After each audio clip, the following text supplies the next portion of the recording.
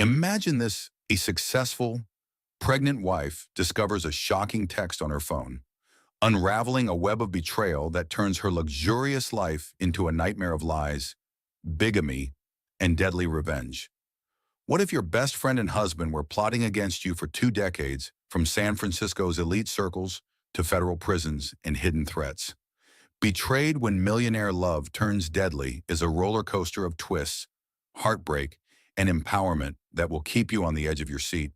Stick around as I dive deep into this gripping story. You won't believe how it ends. If you're hooked already, smash that like button, drop a comment with your wildest betrayal story, share this with a friend who loves drama, and subscribe for more thrilling reviews. Let's get into it. The afternoon sun streamed through the floor-to-ceiling windows of Dr. Sarah Chen's upscale obstetrics practice in San Francisco's Pacific Heights. Sophia Matthews adjusted her flowing Diane von Furstenberg maternity dress and smiled at the ultrasound image in her manicured hands. At 38, this pregnancy felt like a miracle, a second chance at motherhood after years of struggling to conceive. Her phone buzzed against the leather chair. A text message notification appeared on the screen, but it wasn't meant for her eyes. The message was addressed to her husband, Marcus, somehow delivered to her phone through their shared iCloud account. "Can't wait to see you tonight, darling. Same hotel room as always. Victoria." The ultrasound photos fluttered to the pristine white floor like fallen leaves. Sophia's perfectly applied makeup couldn't hide the color draining from her face as the reality of pregnant wife betrayed crashed over her like a tsunami.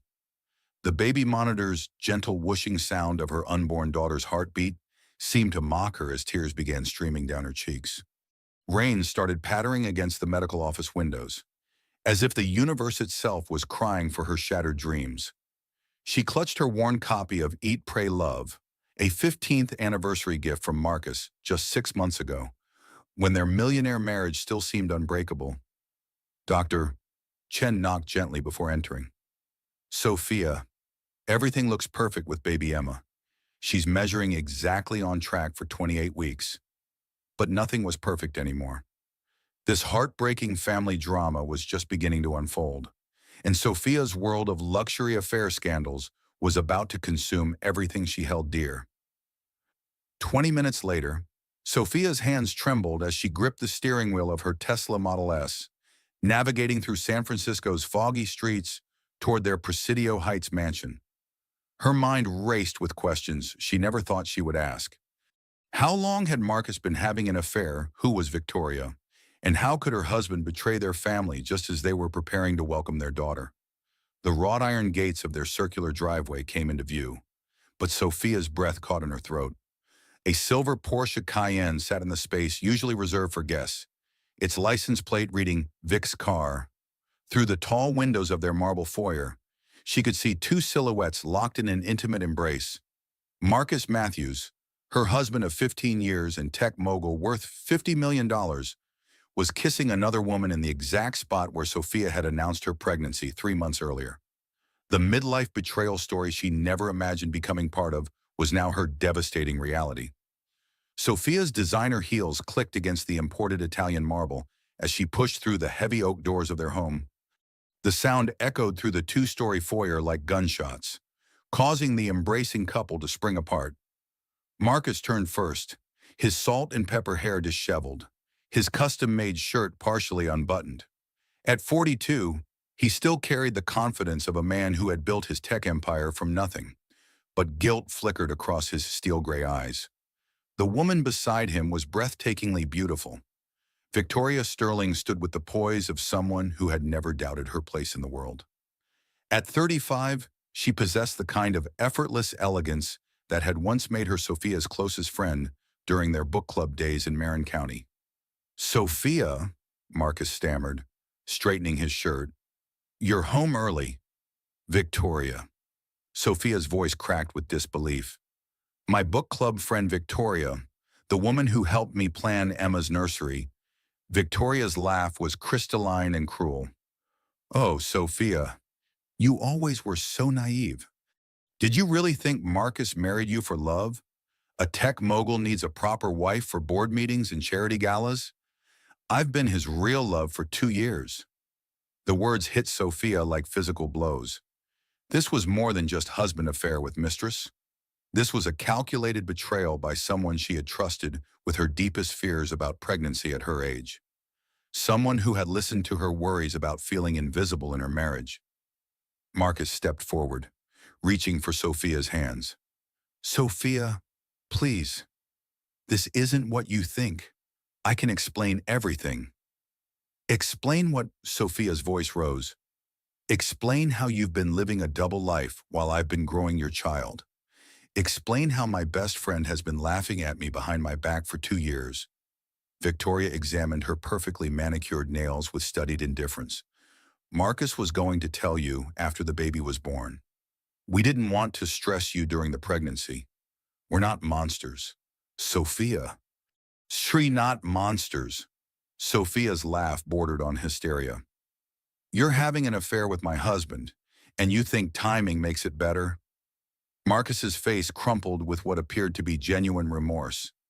Sophia, I made a terrible mistake. Victoria, she pursued me when I was going through that difficult period with the company 2 years ago. You were so focused on fertility treatments, and I felt alone. It started as friendship, and then you fell for her because she's younger and doesn't have stretch marks or morning sickness. Sophia's hand instinctively moved to her rounded belly. No, that's not it at all. Marcus moved closer, his voice desperate. Sophia, you're carrying my child. You're my wife. This thing with Victoria, it's over. Right now, I choose my family. Victoria's perfect composure slipped for just a moment, a flash of rage crossing her features before she regained control. Of course, Marcus. Whatever you think is best. But as Victoria collected her purse from the marble console table, she whispered just loud enough for Sophia to hear. You might want to check the guest bathroom upstairs. Sophia, I left something behind. After Victoria's Porsche disappeared through the gates, Marcus fell to his knees in front of Sophia, grasping her hands. I'll do anything to make this right. Couples therapy. Whatever you need. I can't lose you and Emma. Sophia looked down at the man she had loved since she was 23. The man who had promised to cherish her through better and worse. But Victoria's parting words echoed in her mind. Against her better judgment, she climbed the curved staircase to their guest wing. The pregnancy test sat on the marble counter like a loaded weapon. 2 pink lines stared back at her, clear and undeniable. Victoria was pregnant too. Marcus's voice called from downstairs. Sophia, where did you go? We need to talk about our future. Shuturum. But standing in that pristine bathroom, holding evidence that her millionaire husband cheating had produced 2 pregnancies, Sophia realized their future had already been decided. The best friend Mistress luxury affair scandals were about to destroy everything she had built over 15 years of marriage. The emergency room lights at UCSF Medical Center were harsh and unforgiving as Sophia lay on a hospital bed, fetal monitors strapped around her swollen belly. The stress of discovering Marcus's affair and Victoria's pregnancy had triggered contractions at 28 weeks, dangerously early for baby Emma. Dr. Sarah Chen moved efficiently around the bed, checking monitors and adjusting IV lines. The contractions are slowing down, but we need to keep you here for observation. Stress can be incredibly dangerous during pregnancy. Sophia. Marcus paced beside the bed like a caged animal, his expensive suit wrinkled from hours of worry. Is the baby going to be okay? Is there anything I can do?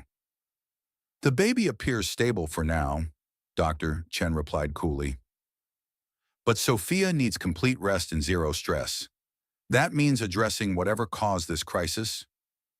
Through the hospital window, Sophia watched the fog roll over San Francisco Bay.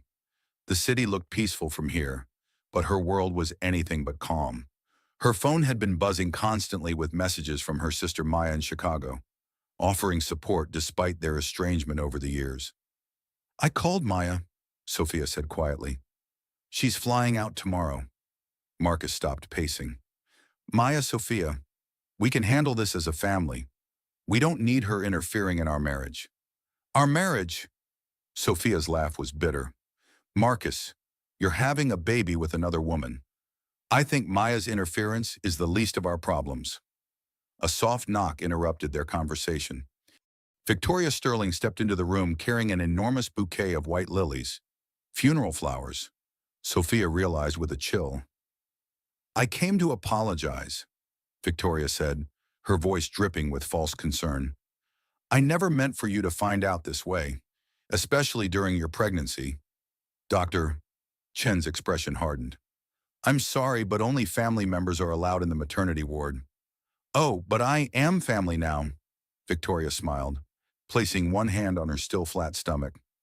Marcus and I are expecting two, due in February, just 3 months after little Emma.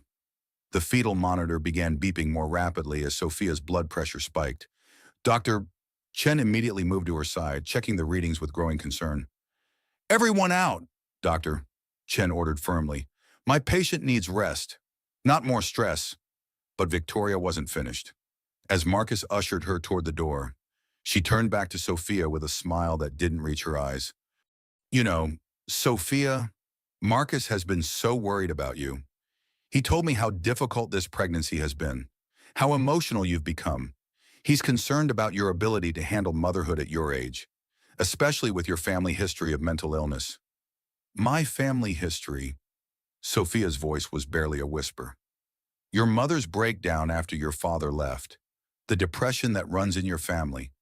Marcus shared everything with me. He's worried that postpartum depression might be dangerous for you and the baby. The room spun around Sophia as Victoria's words sank in. Not only had Marcus betrayed her body and their marriage, but he had also shared her deepest vulnerabilities with his mistress. Every fear she had confided in him about her mother's struggles, every anxiety about becoming a mother in her late 30s. Victoria knew it all. After they left, Dr. Chen sat beside Sophia's bed. That woman is not your friend, and what she said about your mental health is completely inappropriate. Your pregnancy has been textbook normal, and there's no indication of any mental health concerns. Sophia wiped away tears she hadn't realized were falling. She knows things about my family, about my fears. Marcus told her everything. Then he's violated your trust in more ways than one, Dr. Chen said gently. But right now, we need to focus on keeping you and Emma healthy. Have you considered reaching out to a therapist not because there's anything wrong with you, but because you're dealing with an incredibly traumatic situation? That night, alone in her hospital bed, Sophia began writing in a journal that Dr. Chen had suggested. The therapeutic writing felt foreign at first, but slowly, words began flowing like a dam breaking. I gave up my interior design career for Marcus's ambitions. I moved across the country from my family. I endured years of fertility treatments while he built his empire. And for what? To be discarded for a younger model who was supposed to be my friend? The writing continued until dawn, and for the first time since discovering the affair, Sophia felt a spark of something besides despair. It might have been anger, or it might have been determination, but it was hers. When the morning nurse brought her discharge papers, Sophia's heart stopped. At the bottom of the insurance information, a red stamp declared, "Coverage terminated, premiums past due." The $45,000 emergency room bill was now her responsibility. Marcus hadn't just betrayed her emotionally, he had abandoned her financially when she needed him most. This wealth loss and infidelity was just beginning, and Sophia was about to discover exactly how deep her husband's deception ran. The Whole Foods in Pacific Heights had always been Sophia's sanctuary. The organic produce section, the artisanal cheeses, the friendly staff who knew her by name. It all represented the comfortable life she had built with Marcus. But as she stood at the checkout counter with prenatal vitamins and ingredients for the nursery, she was still hopefully preparing. Her Platinum American Express card was declined.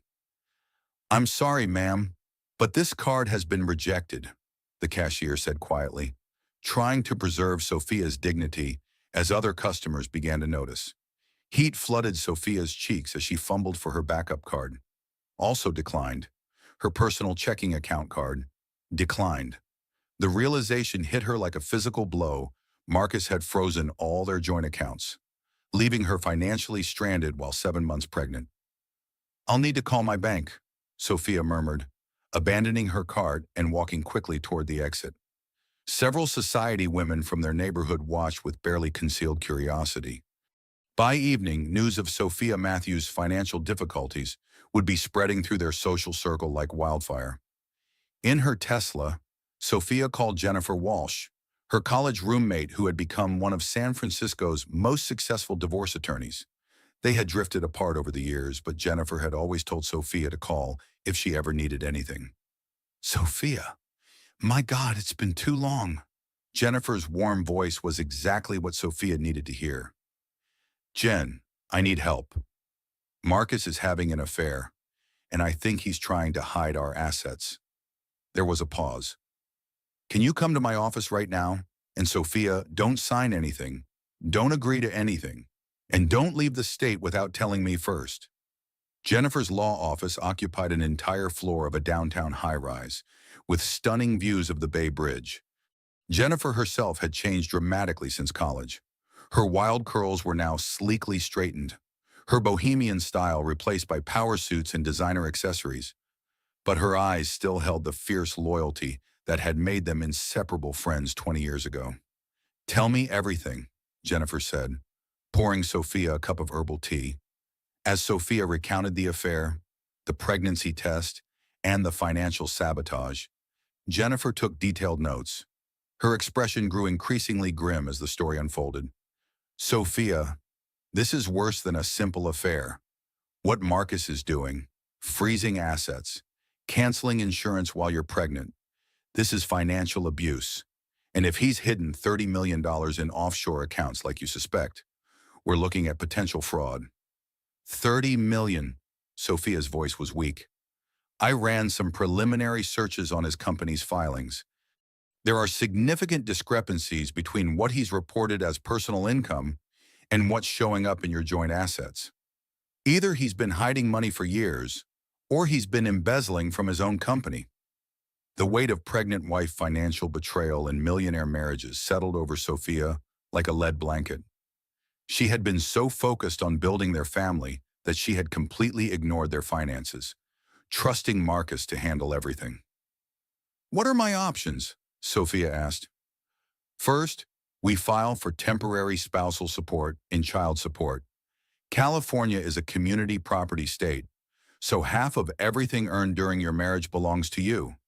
Second, we get a forensic accountant to trace every dollar Marcus has moved in the past 5 years. Third, we prepare for war, because men like Marcus don't give up their money easily." That evening, Marcus returned to their mansion with flowers and takeout from Sophia's favorite restaurant. His attempt at normalcy felt grotesque given the circumstances. "I heard you had some trouble at Whole Foods today," he said carefully. "I'm sorry about the credit cards. It was a banking error. I've fixed everything." "A banking error?" Sophia's voice was dangerously calm. "Marcus, you canceled our health insurance while I was in the hospital. You froze accounts that pay for groceries and gas. That's not a banking error. That's financial warfare." Marcus set down the flowers and faced her directly. "Sophia, I know you're angry, and you have every right to be, but I'm trying to protect our family's assets during this difficult time. If you file for divorce, it could trigger a cascade of legal issues that could bankrupt us both. Bankrupt us or bankrupt you." Sophia pulled out her phone and showed him a text from Jennifer. "Because according to my attorney, you've moved $30 million into accounts that I can't access. That's not protecting our family. That's protecting yourself." For the first time since she had known him, Marcus looked genuinely frightened. "You hired Jennifer Walsh, Sophia. She's a shark. She'll destroy both of us to get her fees." "Maybe I need a shark," Sophia replied, "because apparently I've been swimming with one for 15 years without realizing it." Marcus sank into their leather sofa, suddenly looking older than his 42 years. "Okay, you're right. I did move money, but not to hide it from you, to protect it from potential lawsuits. The company is facing some regulatory challenges, and I didn't want our personal assets at risk. What kind of regulatory challenges? SEC investigation. Nothing serious, just routine compliance issues. But lawyers are expensive, and I wanted to make sure Emma's college fund was protected. It sounded reasonable, almost noble. And Marcus was looking at her with the same earnest expression that had made her fall in love with him in graduate school. For a moment, Sophia felt her resolve wavering. If that's true, then you'll have no problem giving me access to those accounts and providing full financial disclosure to Jennifer. Of course, Marcus said immediately. And Sophia, I want you to know that Victoria and I were over, completely over. She was a mistake, a midlife crisis that I deeply regret. You and Emma are my priorities now. What about her pregnancy? Marcus's expression grew pained.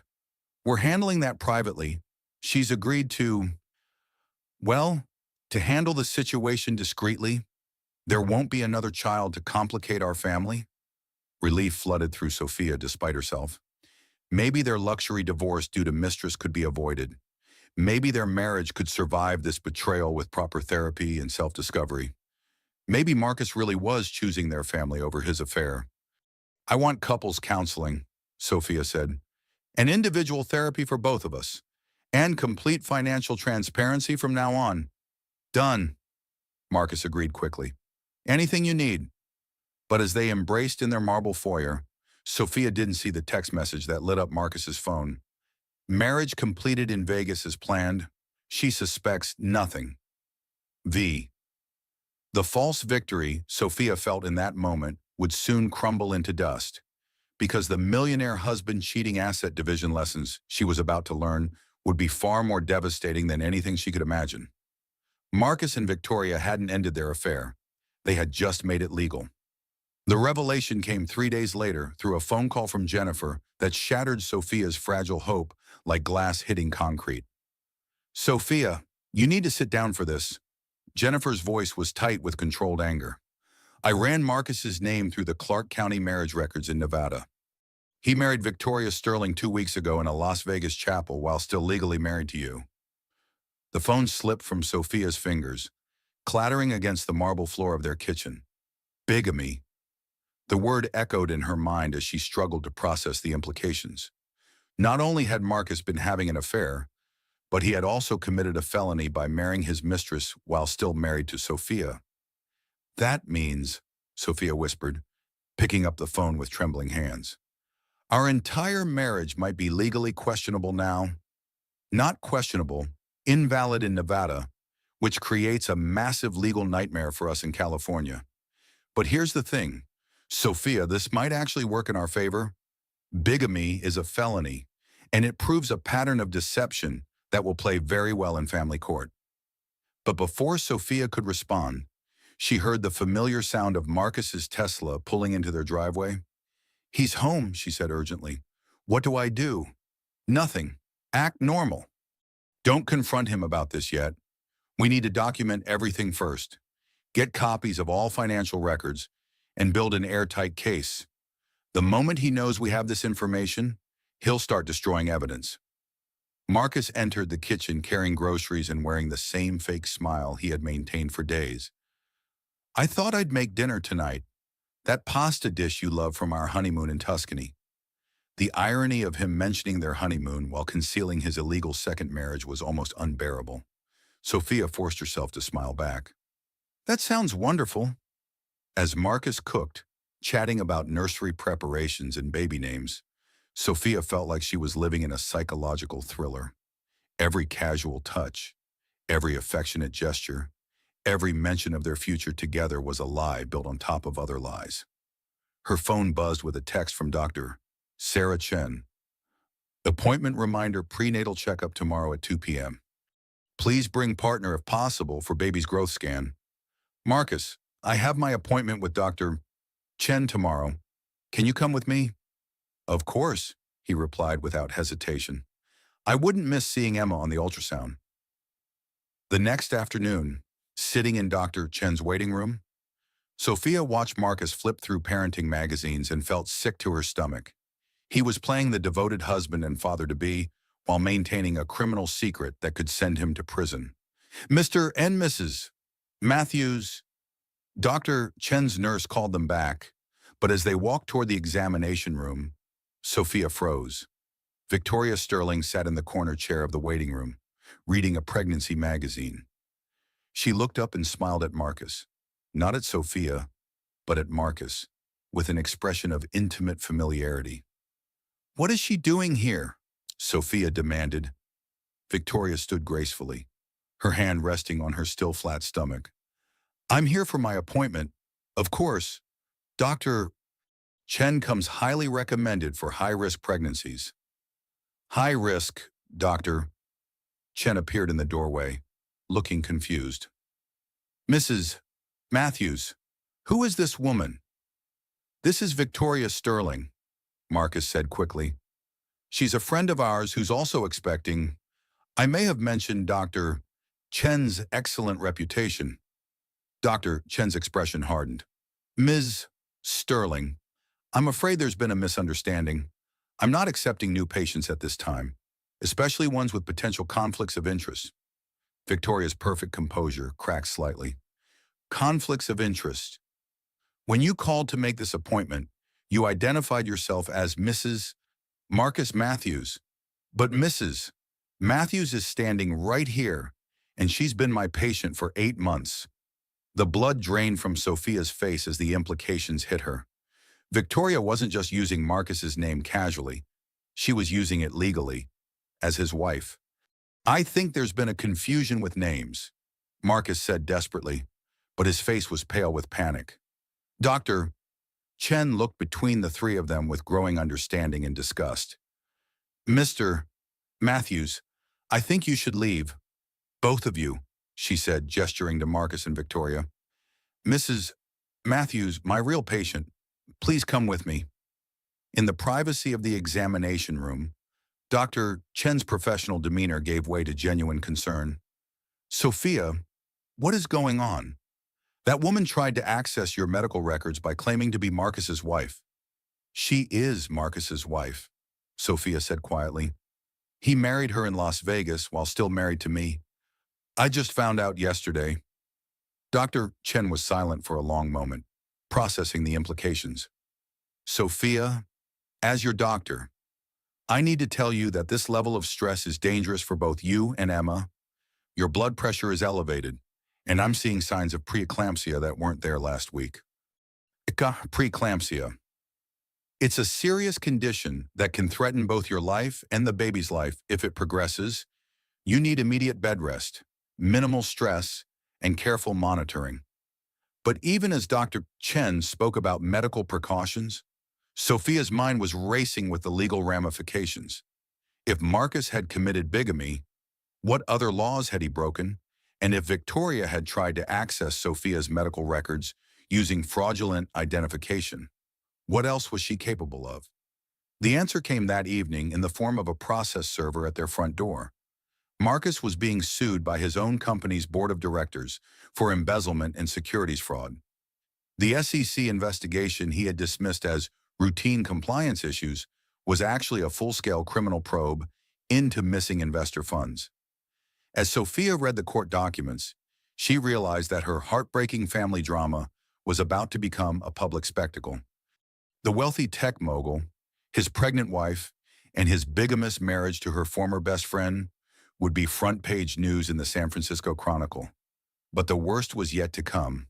As Marcus paced their living room, making frantic phone calls to his attorney, Sophia noticed a black sedan parked across the street. The paparazzi had found them. Her phone rang with an unknown number. Against her better judgment, she answered. "Sophia Matthews. This is Rebecca Torres from the Chronicle's Society page. We understand your husband has been charged with bigamy and embezzlement. Would you like to comment on how it feels to discover your marriage is invalid while you're carrying his child?" Sophia hung up without responding, but the damage was done. By morning, their private tragedy would be public entertainment, and the midlife betrayal story she was living would become tabloid fodder for the entire Bay Area. Marcus appeared in the doorway, his face ashen. "Sophia, I need to tell you something else. The board meeting is tomorrow, and they're voting to remove me as CEO. If that happens, our assets could be frozen pending the criminal investigation. What does that mean for Emma and me? It means, Marcus said quietly, that we might lose everything. Maya Rodriguez arrived at San Francisco International Airport like a force of nature. Her Chicago pragmatism and fierce protective instincts immediately evident as she embraced her younger sister in the baggage claim area. "You look terrible," Maya said bluntly, studying Sophia's pale complexion and dark circles. At 42, Maya was 4 years older than Sophia and had always been the stronger one, the fighter who had put herself through law school while raising 2 teenagers after her divorce. "I feel terrible," Sophia admitted, leading Maya to the Tesla that Marcus had forgotten to reclaim when he moved into a downtown hotel pending the criminal investigation. "Good. You should feel terrible. Your husband committed bigamy and embezzlement. Your best friend turned out to be a sociopath, and you've been living in denial for months. But now I'm here, and we're going to fix this." Maya's direct approach was exactly what Sophia needed. While Marcus had always handled problems with corporate strategy and careful maneuvering, Maya attacked obstacles head-on with a tenacity that had made her one of Chicago's most successful family court mediators. "First things first," Maya announced as they drove through the city. "We're getting you out of that mausoleum you call a house. You can't heal in the same place where you were betrayed. But the nursery can be rebuilt anywhere. Your mental health can't—" Maya's tone softened slightly. "Sophia, you're 7 months pregnant with a potentially dangerous condition. Your husband is facing federal charges, and his mistress is stalking you. This isn't the time for sentimental attachment to Italian marble." They moved Sophia into a furnished apartment in the Marina district that afternoon, with Maya handling logistics while Sophia rested. Dr. Chen had been adamant about bed rest, but Maya interpreted that as rest from stress, not complete inactivity. "We're building you a support system," Maya explained, unpacking boxes of Sophia's personal belongings. "Starting with therapy. Dr. Rebecca Martinez came highly recommended by Dr. Chen as a specialist in betrayal trauma and perinatal mental health. Her office in Pacific Heights was warm and inviting, decorated with soft colors and comfortable furniture that immediately put Sophia at ease. "Tell me about the last time you felt truly safe," Dr. Martinez asked during their first session. Sophia thought for a long moment. "Before I found out about the affair, I thought I felt safe, but looking back, I think I was just comfortable in my denial. I ignored so many warning signs." "What kind of warning signs?" "Marcus working late constantly, secretive phone calls, business trips that didn't quite add up. And Victoria, she was always asking about our marriage, our intimacy, our problems. I thought she was being a good friend, but she was gathering intelligence." Dr. Martinez nodded. "Betrayal trauma is particularly devastating because it shatters our basic assumptions about trust and safety. You're not just grieving the end of your marriage, you're grieving the loss of your entire worldview." Meanwhile, Maya had been conducting her own investigation into Marcus's finances and Victoria's background. What she discovered was more disturbing than anyone had imagined. "Victoria Sterling isn't even her real name," Maya announced over dinner at their favorite sushi restaurant in Japantown. "She's Victoria Thornfield, daughter of a real estate mogul in Connecticut. She's worth about $20 million in her own right." She's rich," Sophia was confused. "Then why would she target Marcus?" "That's what I'm trying to figure out. But here's the interesting part. She's done this before. Twice. She targeted married wealthy men, caused their divorces, and then disappeared with settlements from both the husbands and the wives." Sophia's chopsticks clattered against her plate. "She's a professional marriage wrecker." "It looks that way. And get this, both of her previous targets had pregnant wives. There's a pattern here. Sophia, this isn't about love or passion. This is about psychological manipulation and financial gain." The revelation that Victoria's pregnancy might be fake, a suspicion that had been growing in Sophia's mind, was confirmed by Maya's research into Victoria's medical history. Records showed a hysterectomy 3 years earlier following cervical cancer treatment. She can't be pregnant, Sophia whispered. It's medically impossible. Which means the pregnancy test you found was planted. The appointments with Dr. Chen were theater. Even the morning sickness Marcus witnessed was probably acting. As the pieces of Victoria's elaborate deception fell into place, Sophia felt something she hadn't experienced in months: righteous anger. She had been played by a master manipulator who had studied her vulnerabilities and exploited them with surgical precision. What do we do now? Sophia asked. Maya smiled grimly. Now we play offense. I've already contacted the district attorney's office with evidence of Victoria's fraud, and Jennifer is filing amended divorce papers that include charges of conspiracy and intentional infliction of emotional distress. But first, they had to address the immediate threat. Victoria had been escalating her harassment, showing up at places where Sophia shopped, following her to medical appointments, and even contacting Sophia's prenatal yoga instructor to ask about her emotional stability. The yoga studio in the Mission District had become Sophia's sanctuary, a place where other expectant mothers shared the universal experiences of pregnancy without judgment or drama. But even that peace was shattered when Victoria appeared at a Wednesday evening class. I hope you don't mind, Victoria said to the instructor, unrolling a yoga mat next to Sophia's. Marcus thought it would be good for both of his babies if we practiced together. The other women in the class sensed the tension immediately. Several of them had been following the scandal in the local newspapers, and they instinctively moved to form a protective circle around Sophia. Actually, said Janet, a tech executive who was expecting her second child, this is a private class for registered members only. You'll need to leave. Victoria's mask of false sweetness slipped entirely. I don't think you understand who I am.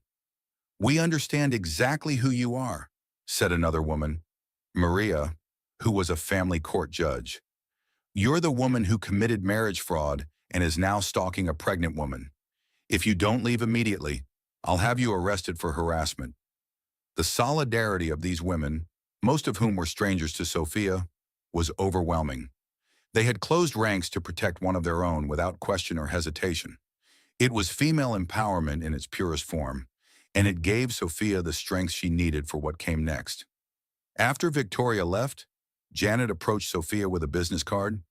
I'm a forensic accountant specializing in corporate fraud. If you need help tracing your husband's hidden assets, call me. Pro bono. Maria handed Sophia her card as well. Family court judge, 20 years on the bench. I can't give you legal advice, but I can tell you that judges don't look kindly on men who abandon pregnant wives to commit bigamy.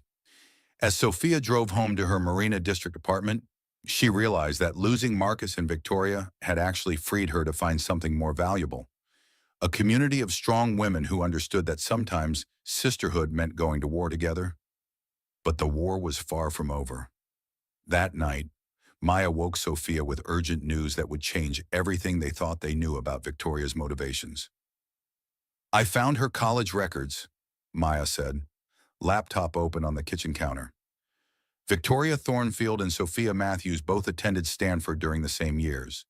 You knew each other in college. Sophia, she didn't randomly target you. This is personal. Sophia stared at the computer screen, trying to remember a woman she had apparently known 20 years ago. And slowly, like a photograph developing in a darkroom, the memory began to emerge.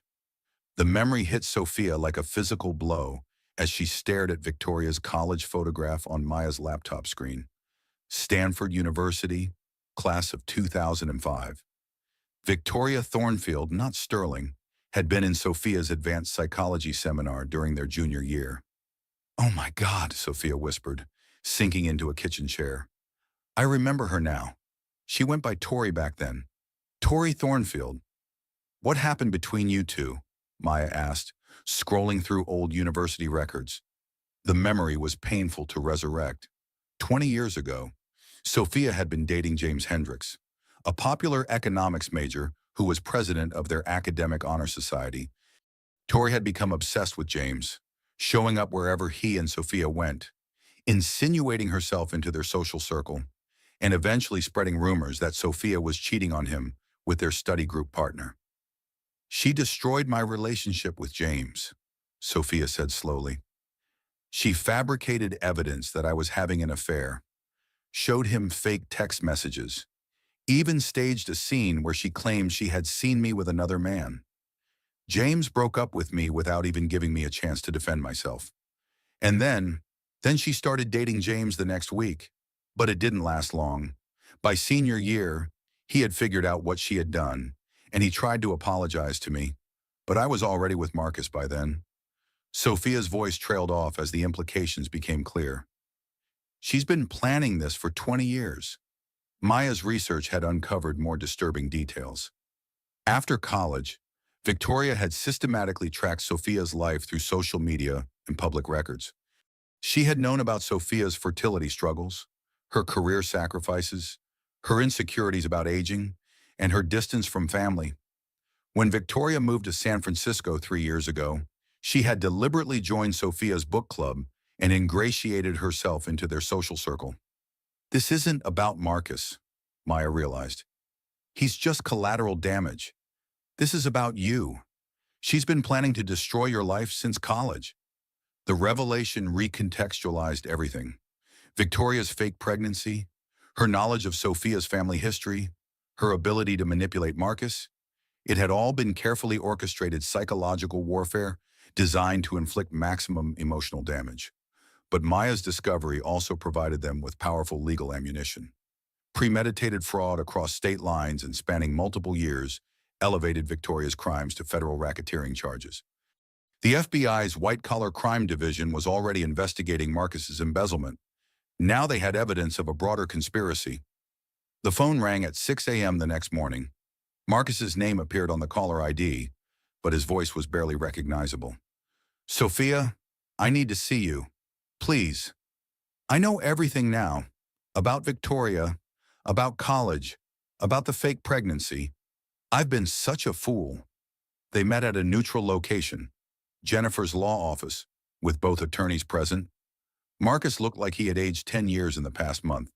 His expensive suits had been replaced by off-the-rack clothing, and his confidence had evaporated entirely. "Victoria showed me the pregnancy test results," Marcus began, his voice hollow. "Medical records, ultrasound images, everything. I believed her completely. She was so convincing, so detailed in her deception." "When did you realize she was lying?" Sophia asked. "Yesterday. My lawyer received a copy of her medical records as part of the discovery process. Hysterectomy 3 years ago. She can't have children. Sophia, she never could." Marcus broke down completely, tears streaming down his face as he recounted how Victoria had manipulated him with fake medical emergencies, emotional manipulation, and elaborate lies about loving him since college. "She told me she had always regretted not telling me how she felt at Stanford," Marcus continued. "She said she had watched me date you and had been heartbroken, but she had been too shy to compete. She made it seem like destiny that we had reconnected after all these years. So you committed bigamy for a woman you thought was carrying your child and had loved you since college?" Jennifer's voice was ice cold. "I thought I was in love," Marcus said desperately. "She made me believe that my marriage to Sophia was just settling, that I had missed my chance at true love. When she said she was pregnant, it felt like a sign that we were meant to be together." Sophia watched her husband's breakdown with a mixture of pity and disgust. Even now, even knowing he had been manipulated, Marcus was asking her to forgive him for believing another woman's lies over 15 years of marriage. "What do you want from me, Marcus?" Sophia asked. "I want to make this right. I want to be a father to Emma. I want to earn back your trust and rebuild our family." "Our family?" Sophia's laugh was bitter. "Marcus, you're facing federal charges for embezzlement and bigamy. You've hidden our assets in offshore accounts that I can't access. You've destroyed my reputation, my security, and my ability to trust anyone. What family are you talking about?" "I can fix the money problems," Marcus said urgently. "The offshore accounts, the frozen assets. I can make you whole again. More than whole. You'll never have to worry about money. Jennifer leaned forward. What exactly are you proposing? Full financial disclosure? Complete asset transfer to Sophia? I'll plead guilty to the charges and serve whatever sentence they give me. But I want to ensure that Sophia and Emma are provided for. It was exactly what Sophia had dreamed of hearing a month ago. Financial security, acknowledgement of wrongdoing, and a path forward that protected her daughter's future. But sitting in that conference room, listening to Marcus negotiate their relationship like a business deal, she realized something had fundamentally changed inside her. I don't want your money, Marcus, she said quietly. I want my daughter to grow up with a father who has integrity, who keeps his promises, and who values truth over convenience. You're not that man anymore. Maybe you never were. Marcus's face crumpled. Sophia, please. I made terrible mistakes. But I love you. I love Emma. I can change. You had an affair with a woman who was systematically destroying my mental health. You committed felonies to be with her. You abandoned me financially while I was carrying your child. And even now, your solution is to throw money at the problem instead of doing the actual work of becoming a better person? Dr. Martinez had helped Sophia understand that forgiveness didn't require reconciliation. She could forgive Marcus for her own healing while still protecting herself and Emma from further harm. I want you to be Emma's father, Sophia continued. But I want you to be a better father than you were a husband. That means taking responsibility for your choices, serving your sentence with dignity, and proving through actions, not words, that you're worthy of her respect. The meeting ended with temporary custody arrangements that would allow Marcus supervised visitations once Emma was born. Sophia would receive the primary residence, sufficient spousal support, and Emma's college fund would be protected in an irrevocable trust. But as they prepared to leave, Jennifer's phone rang with news that changed everything. Victoria's been arrested, Jennifer announced. FBI picked her up this morning at SFO trying to board a flight to Switzerland. Apparently, she's been transferring money from multiple victims to European accounts for years. Marcus went white. Multiple victims. The federal investigation found 5 other men she's defrauded using similar methods. You're not her first mark. Marcus, you're just her most recent and most profitable. The revelation that Marcus wasn't special, that he was just another mark in Victoria's long con, seemed to devastate him more than losing his fortune or facing prison time. He had risked everything for a woman who had never cared about him at all. But for Sophia, Victoria's arrest felt like the first step toward justice. The woman who had spent 20 years planning her revenge was finally going to face consequences for her actions. That evening, as Sophia prepared for Emma's arrival in just 4 weeks, her phone rang with an unknown number. Against her better judgment, she answered. Hello, Sophia. Victoria's voice was eerily calm despite calling from federal detention. I hear you figured out our little history together. How are you calling me from jail? Phone privileges, darling. And I wanted you to know that even though my current plan didn't work out perfectly, I'm far from finished with you. 20 years I've waited for this, and a little setback isn't going to stop me now. The line went dead, leaving Sophia with a chill that had nothing to do with the San Francisco fog rolling in from the bay. Victoria might be in custody, but her obsession with revenge was far from over. Emma's birth was both beautiful and terrifying, a new beginning shadowed by the knowledge that dangerous enemies were still plotting in the darkness. Emma Rose Matthews entered the world on a foggy Tuesday morning in October, her tiny fist wrapped around Sophia's finger as if she understood that they would need to face the world together. The delivery had been complicated by Sophia's stress-induced preeclampsia, but Dr. Chen's expert care had ensured both mother and daughter were healthy. Marcus was allowed to attend the birth despite their separation, and for a brief moment in that hospital room, Sophia almost believed they could find their way back to each other. He cried when he held Emma for the first time, whispering promises about being a better man and a worthy father. She's perfect, he said, his voice thick with emotion.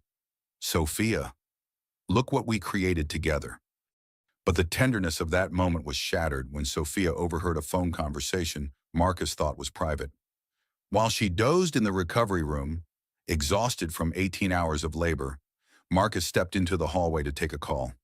"No, Victoria, I can't leave her now." His voice carried through the partially open door. "She just gave birth to my daughter. Give me 6 months to secure custody arrangements, and then we can discuss our future." The betrayal hit Sophia like ice water.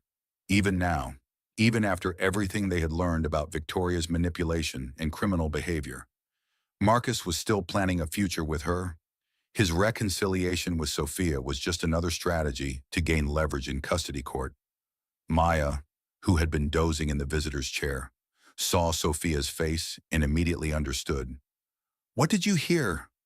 "He's still planning to be with Victoria," Sophia whispered, careful not to wake Emma. "This whole remorseful husband act is just to help him get custody." "That son of a bitch," Maya said quietly but with venom. "We're not going to let him manipulate you anymore." The next morning, as Sophia prepared to take Emma home to their Marina District apartment, Dr. Chen pulled her aside for a private conversation.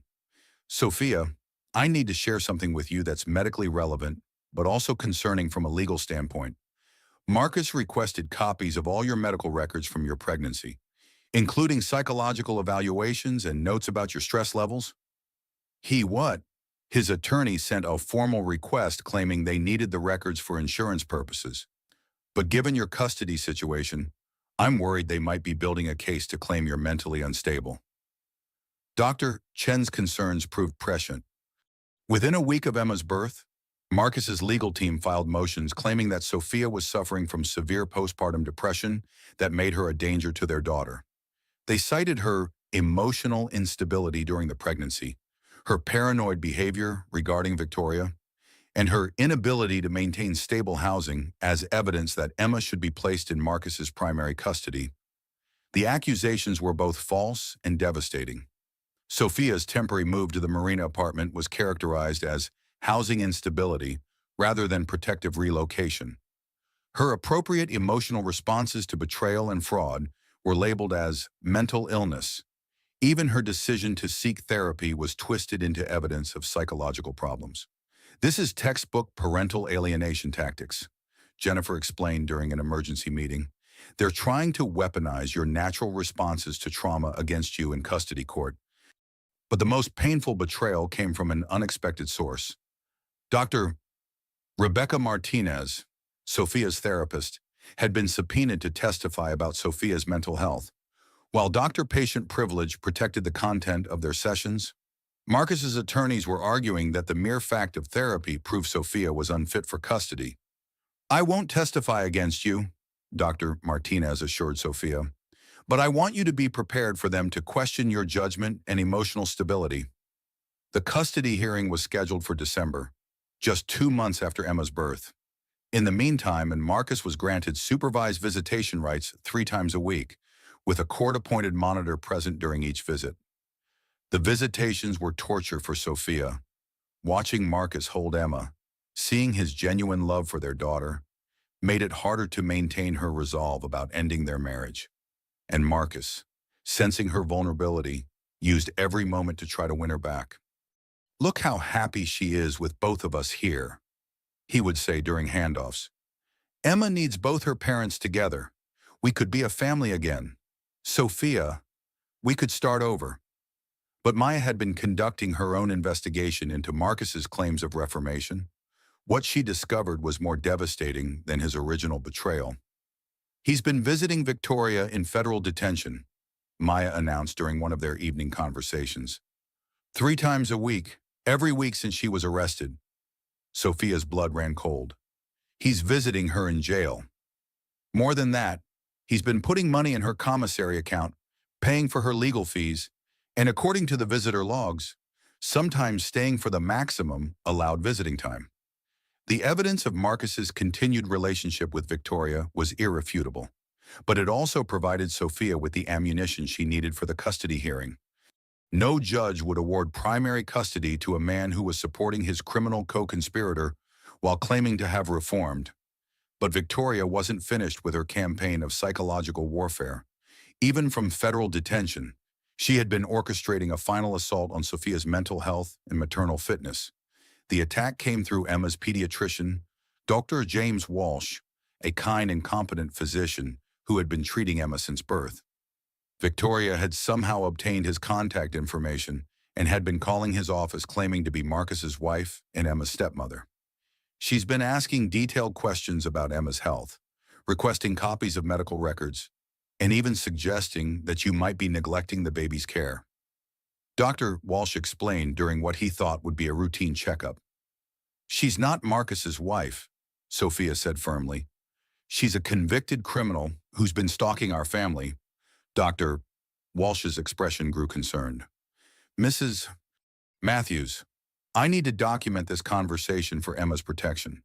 If there's a custody dispute involving false identity claims and potential child endangerment, I'm required to report it to Child Protective Services. The words hit Sophia like a physical blow. Victoria's manipulation had now triggered a CPS investigation that could result in Emma being removed from her care entirely. The systemic betrayal was complete.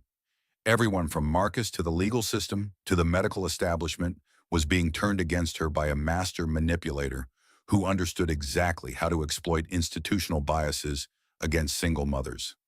That night, alone in her apartment, with Emma sleeping in the crib beside her bed, Sophia felt the weight of complete powerlessness. She had lost her husband, her home, her financial security, and now potentially her daughter. Victoria's 20-year campaign of revenge was succeeding beyond her wildest dreams. But as she watched Emma's peaceful breathing, Sophia felt something stronger than despair rising within her. This wasn't just about her anymore. It was about protecting her daughter from the toxic legacy of deception and manipulation that had defined Sophia's marriage. The phone rang at midnight. Marcus's name appeared on the caller ID. Sophia, I need to tell you something. His voice was different, urgent, and frightened. Victoria's not who we think she is. I found something in her belongings that changes everything. What are you talking about? Marcus. She's been documenting everything. Photos, recordings, detailed notes about how to destroy you. It's not just revenge from college. She's been planning this specific outcome for years. And there's more. She's pregnant. Sophia, not by me, but she is actually pregnant this time. The news that Victoria had been lying about her pregnancy was almost too much to process. But before Sophia could respond, she heard Victoria's voice in the background of Marcus's call. Hello, Sophia, Victoria said, somehow having gained access to Marcus's phone. Miss me? The realization that Victoria was no longer in federal detention, that she was free and with Marcus, sent ice through Sophia's veins. Emma stirred in her crib, and Sophia's maternal instincts kicked into high gear. How did you get out of jail? Sophia demanded. Technicality. Victoria's laugh was crystalline and cruel. Improper search warrant. All charges dropped. I'm a free woman, and I have so much catching up to do. The line went dead, leaving Sophia with the terrifying knowledge that her most dangerous enemy was no longer contained. Victoria was free, vindictive, and apparently carrying someone else's child, which meant her psychological instability had reached new heights. Sophia called 911, but what could she report? No crimes had been committed in the phone call. No specific threats had been made, and Victoria had every legal right to be with Marcus if she chose. The system that was supposed to protect mothers and children had failed completely. As she held Emma close, Sophia realized that the custody war wasn't just about legal proceedings anymore. It was about survival, and she was going to have to fight harder and smarter than she ever had before to protect her daughter from the forces of manipulation and revenge that were closing in around them. The vindication Sophia had been fighting for arrived through an unexpected source, Marcus himself. 3 weeks after Victoria's release from detention, he appeared at Sophia's apartment at dawn, disheveled and clearly frightened, carrying a laptop bag and manila envelope that would change everything. She's completely insane, Marcus said without preamble, as Sophia reluctantly led him into her living room. Emma was sleeping in her bouncer, and Sophia was protective of any disruption to their morning routine. What happened? Marcus. I found her files. Everything she's been planning. Not just against you, but against me too. Sophia, she never loved either of us. This whole thing was just an elaborate con to steal money and destroy lives for entertainment. Marcus opened the laptop and showed Sophia a folder labeled Project Sophia that contained hundreds of documents, photos, and recordings spanning 20 years. Victoria had been documenting Sophia's life with the methodical precision of a stalker, noting everything from her career choices to her fertility struggles to her favorite restaurants. "Look at this," Marcus said, clicking on a document titled Psychological Profile, Target Subject.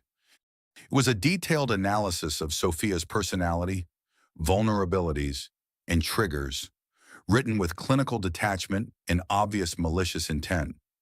The profile noted Sophia's excessive need for approval, her abandonment fears stemming from father's absence, and her competitive insecurity regarding younger women.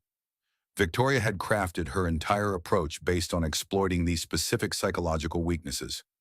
"She's been planning this for decades," Sophia whispered, scrolling through timeline documents that showed Victoria had been tracking Sophia's relationship with Marcus from their very first date in graduate school. "There's more," Marcus said grimly. "She's done this to 4 other women, the same pattern every time. Befriend the wife, seduce the husband, destroy the family, take the money, and disappear. We weren't special. Sophia, we were just marks in a very profitable psychological game." The evidence was overwhelming and damning. Victoria had recorded conversations with Marcus where she laughed about Sophia's pathetic desperation and made cruel jokes about her pregnancy weight gain. She had screenshots of fake social media accounts she had used to spread rumors about Sophia's mental health among their mutual friends. Most disturbingly, she had detailed plans for her next phase of psychological warfare against Sophia, including strategies to manipulate the custody hearing, turn Emma against her mother as she grew older, and potentially arrange for accidents that would leave Sophia injured or discredited. "Why are you showing me this now?" Sophia asked. "Because she's planning to kill you," Marcus said bluntly.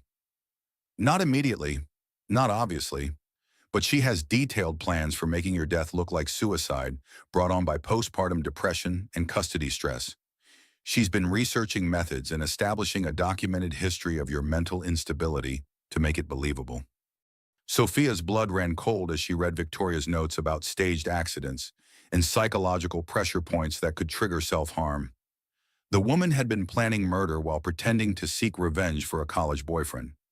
"How did you get these files?" "She left her laptop open when she went out yesterday. I think she wanted me to find them." "Sophia, I think this is all part of her game. She gets off on the psychological torture, and watching people discover how thoroughly they've been manipulated gives her pleasure." Marcus's assessment proved accurate when Sophia's phone rang with a call from Victoria herself. "I assume Marcus has shown you my research by now." Victoria's voice was eerily calm. "Impressive work. Don't you think 20 years of planning, and it's all coming together so beautifully?" "You're sick," Sophia said, putting the call on speaker so Marcus could hear. "I'm methodical. There's a difference. You destroyed my relationship with James, and I've dedicated my life to returning the favor with interest. The affair, the bigamy, the custody battle. All of that was just foreplay. The real fun is about to begin. What do you want? I want you to suffer the way I suffered. I want you to lose everything and everyone you love, slowly and painfully, until you understand what you did to me in college." Sophia was genuinely confused. "Victoria, I never destroyed your relationship with James. You were the one who—" "Liar." Victoria's composure cracked, revealing the rage underneath. "You poisoned him against me. You made him think I was crazy and desperate. You turned everyone against me until I had to leave Stanford." The conversation revealed the depth of Victoria's delusion. In her mind, she was the victim of Sophia's malicious behavior, not the perpetrator of a 20-year campaign of revenge based on fabricated grievances. "Victoria, you're remembering things that didn't happen," Sophia said gently. "I never tried to hurt you in college. I barely knew you. Don't you dare try to gaslight me now, Victoria screamed. I have documentation of everything you did. Every cruel comment, every social exclusion, every attempt to humiliate me. As Victoria ranted, Marcus frantically gestured to Sophia to keep her talking while he called 911 on his own phone. The police were already aware of Victoria's criminal history and the restraining order Sophia had filed, but hearing direct threats would give them grounds for immediate arrest. Where are you now, Victoria? Sophia asked, trying to keep her voice calm while Emma began stirring in her bouncer. Closer than you think, Victoria replied with a laugh that sent chills down Sophia's spine. I've been watching you for weeks, learning your routines, figuring out the best time to make my move. The call ended abruptly, leaving Sophia and Marcus staring at each other in terror. Within minutes, police sirens were wailing outside the apartment building, but they were too late. Victoria had vanished again, leaving behind only digital evidence of her plans and the promise of future violence. The FBI reopened their investigation with new urgency, classifying Victoria as a dangerous fugitive with a history of interstate crimes and credible threats of violence. Sophia and Emma were placed in protective custody while federal marshals coordinated a multi-state manhunt. But Victoria's arrest came from an unexpected source. She had been so focused on her revenge against Sophia that she had ignored her other victims, including James Hendricks, the college boyfriend whose rejection had started her decades-long spiral into criminal behavior. James had become a successful prosecutor in Los Angeles and had been quietly investigating Victoria's crimes for years after other victims had reached out to him. When news of her latest scheme became public, he coordinated with federal authorities to track her through financial records and surveillance footage. Victoria was arrested at a plastic surgery clinic in Mexico, where she had been attempting to alter her appearance before fleeing to a non-extradition country. She was found with detailed plans for Emma's kidnapping, Sophia's murder, and Marcus's financial destruction, evidence that ensured she would never be released again. The trial became a media sensation, with journalists dubbing Victoria the Black Widow of Silicon Valley and exploring the psychology of long-term revenge plots. Sophia testified about the 20-year campaign of harassment and manipulation, helping prosecutors establish a pattern of predatory behavior that dated back to college. Marcus also testified, admitting his role in enabling Victoria's crimes and taking full responsibility for his betrayal of their marriage.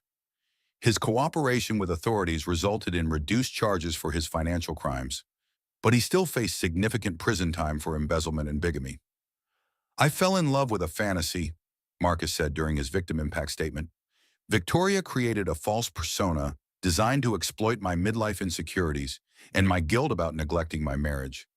But my actions were still my choice, and I take full responsibility for the pain I caused. Victoria was sentenced to 25 years in federal prison without possibility of parole, ensuring that she would never again have the opportunity to destroy innocent families. Her conviction also triggered civil lawsuits from her previous victims, who recovered millions of dollars in damages from her hidden assets.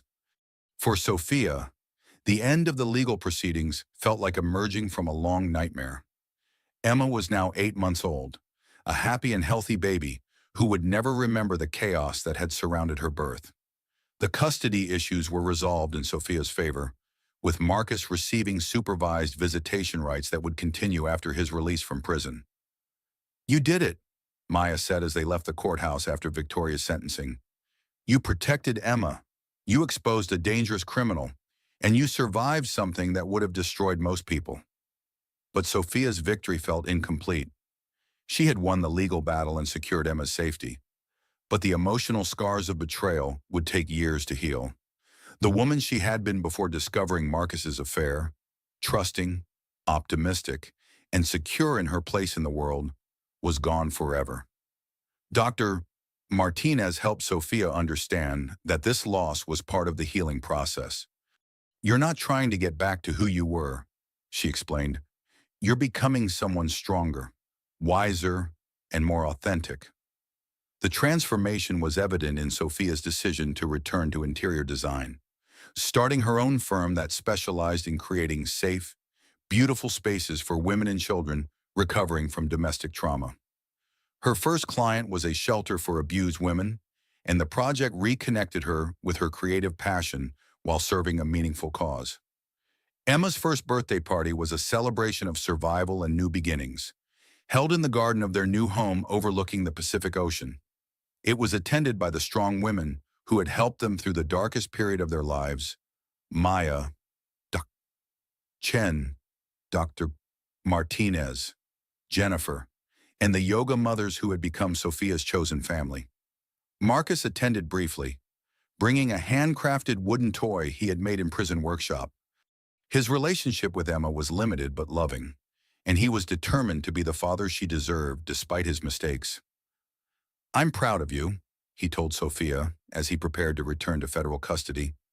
"You became the woman I always knew you could be." But as the guests departed and Sophia was cleaning up party decorations, she found an envelope that hadn't been there before. Inside was a photograph of Victoria in prison stripes with a message written on the back: "This isn't over. I have friends on the outside who remember what you did to me." The threat was almost certainly empty. Victoria was in maximum security prison with no possibility of parole. But it served as a reminder that some wounds never fully heal. Evil doesn't disappear when it's defeated. It just finds new ways to manifest. Sophia looked at Emma, who was playing happily with her new toys, completely unaware of the darkness that had tried to consume their family. Whatever challenges lay ahead, they would face them together, stronger for having survived the worst that betrayal and revenge could inflict. The midlife betrayal story that had almost destroyed her had become a testament to resilience, female empowerment, and the power of choosing love over fear. But in the back of her mind, Sophia knew that Victoria's obsession with revenge might outlast even prison walls. And someday, Emma might need to understand the full truth about the woman who had tried to destroy their family before she was even born. 2 years after Victoria's conviction, Sophia's life had found a rhythm of healing and hope. Emma was a delightful toddler with Marcus's curious intelligence and Sophia's artistic sensibility, bringing joy to their oceanside home in Half Moon Bay. The house was modest compared to the Pacific Heights mansion, but it was truly theirs. Purchased with proceeds from Sophia's thriving interior design business and free from the taint of Marcus's criminal enterprise, the business had grown beyond Sophia's wildest expectations. Sanctuary spaces specialized in designing safe, beautiful environments for women and children recovering from trauma, and had attracted clients throughout California. The work was emotionally demanding but deeply fulfilling, allowing Sophia to transform her own healing journey into a service for others. Maya had relocated to San Francisco permanently, taking a position with the city's family court system and living just 20 minutes away. The sisters had never been closer, bonded by their shared experience of fighting for Emma's safety and Sophia's recovery. "You're glowing," Maya observed during one of their regular Saturday morning walks along the beach, while Emma collected shells and chased sandpipers. "I feel good," Sophia admitted. "For the first time in years, I feel like myself again. Maybe even better than myself." The transformation was evident to everyone who knew Sophia. She had embraced her natural silver highlights instead of covering them with expensive color treatments. Her wardrobe had evolved from designer labels to comfortable, artistic pieces that reflected her authentic style. Most importantly, she had learned to trust her instincts and value her own judgment over external validation. Romance had entered her life gradually through Dr. James Walsh, Emma's pediatrician. Their relationship had developed slowly over months of medical appointments and casual conversations, built on mutual respect and shared values rather than passion and drama. James was recently divorced himself, with 2 teenage children who adored Emma and treated Sophia with genuine warmth. "I love that he fell in love with me as a mother first," Sophia told Dr. Martinez during one of their monthly maintenance sessions. "He saw me at my most protective and vulnerable, covered in baby spit up and exhausted from sleepless nights, and he thought I was beautiful." The contrast with Marcus couldn't have been starker. Where Marcus had fallen for Sophia's youth and potential, James loved her strength and wisdom.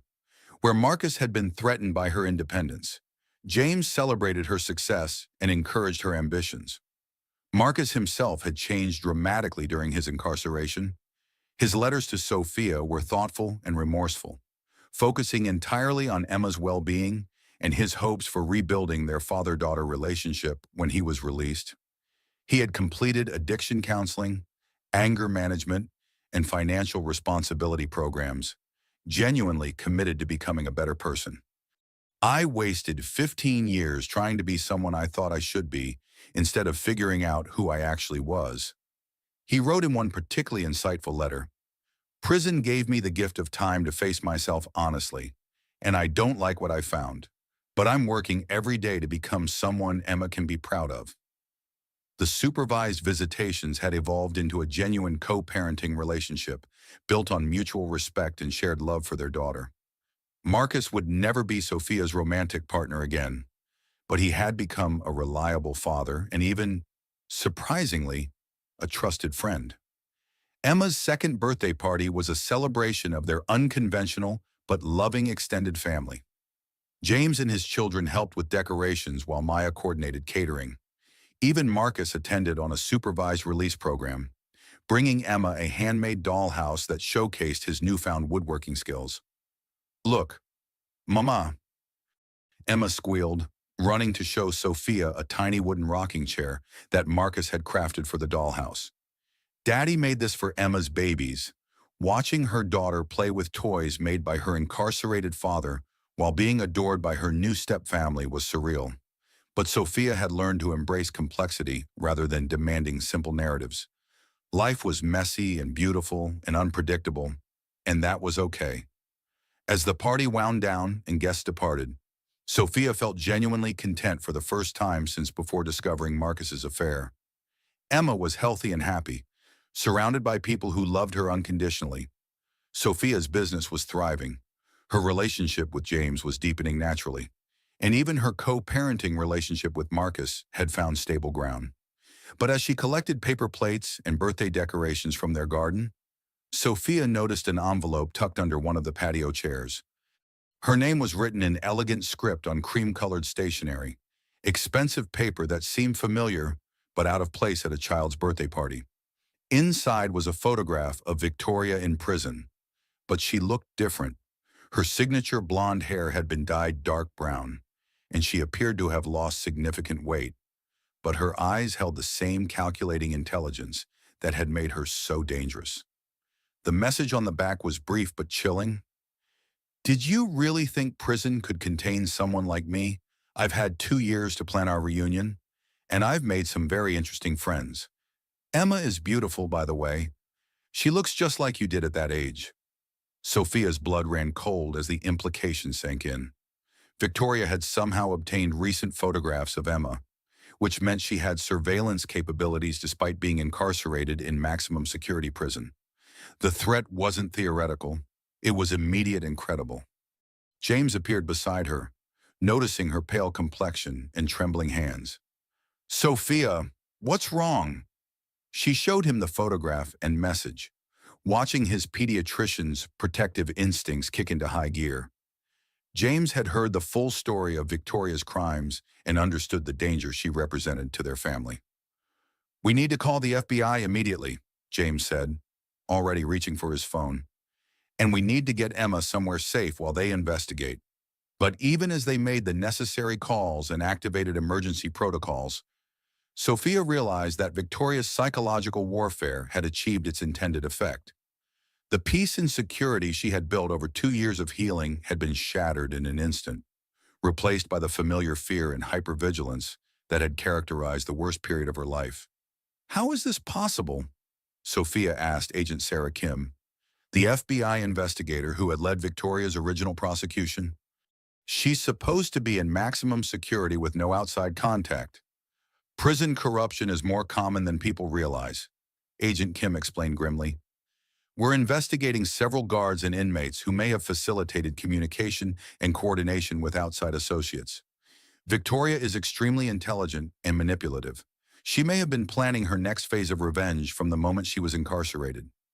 The investigation revealed that Victoria had indeed been orchestrating a complex network of criminal associates from prison, using a combination of bribery, manipulation, and shared criminal interests to maintain surveillance on Sophia and Emma.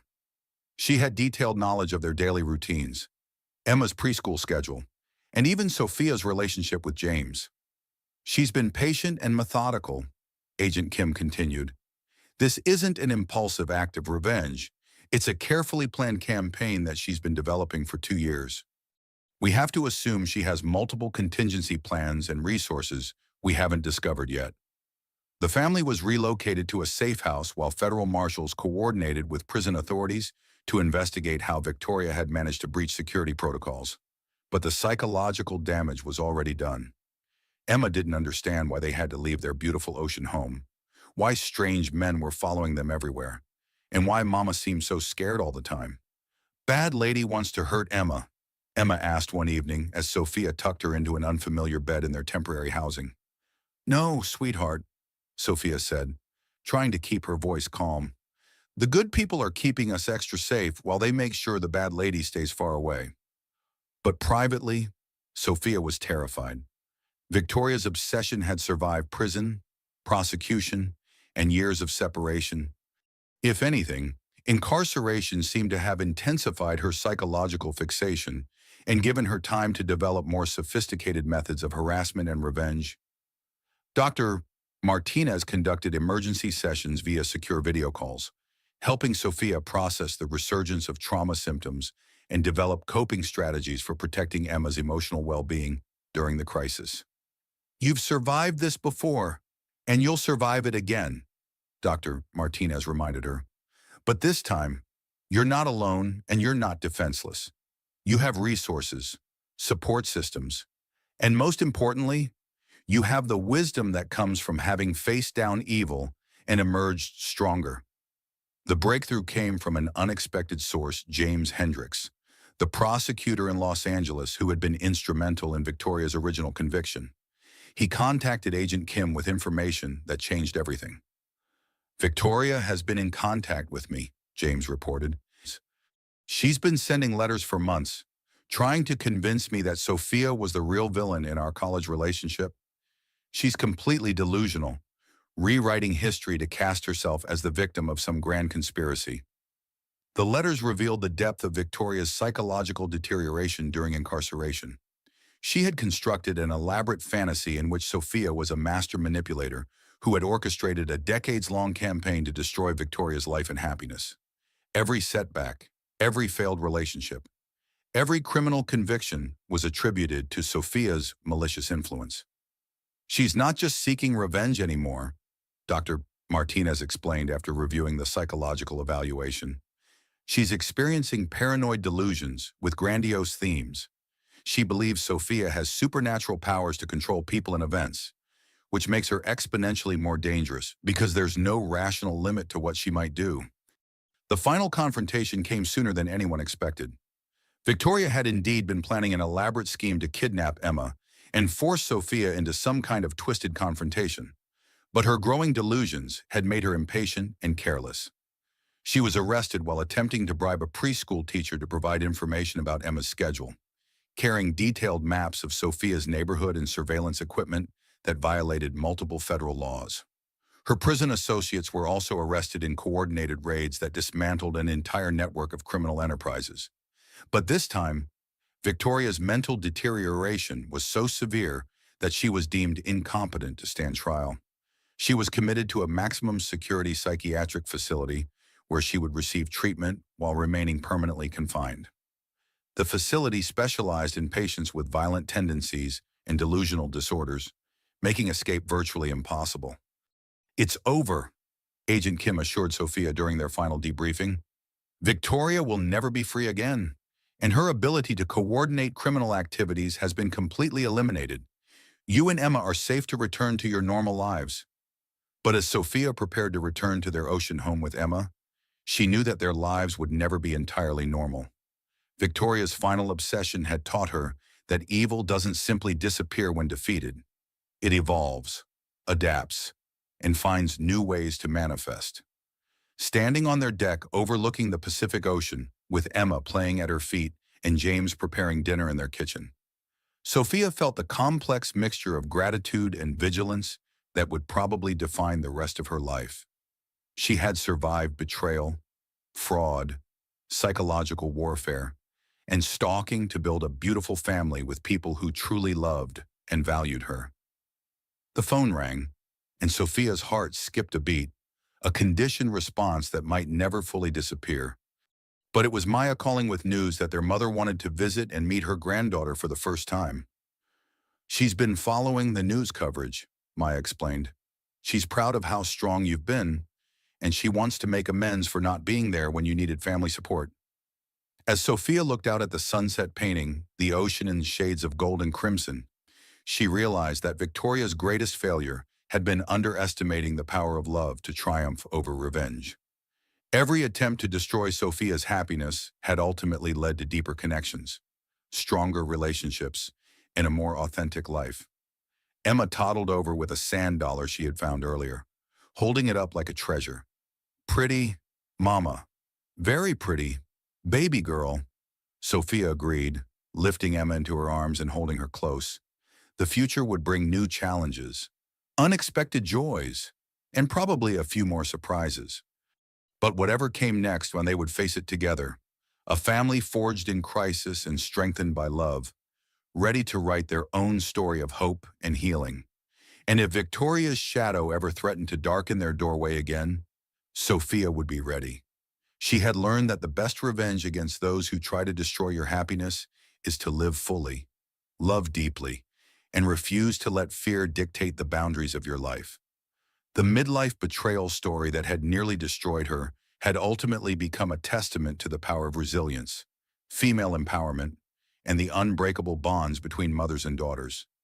Emma would grow up knowing that her mother had faced down the worst humanity had to offer and emerged victorious, teaching her that strength isn't the absence of fear, it's choosing love and hope in spite of the darkness. As the stars appeared over the Pacific Ocean and James called them in for dinner, Sophia whispered a promise to her daughter and to herself. "We survived, baby girl. We more than survived. We won."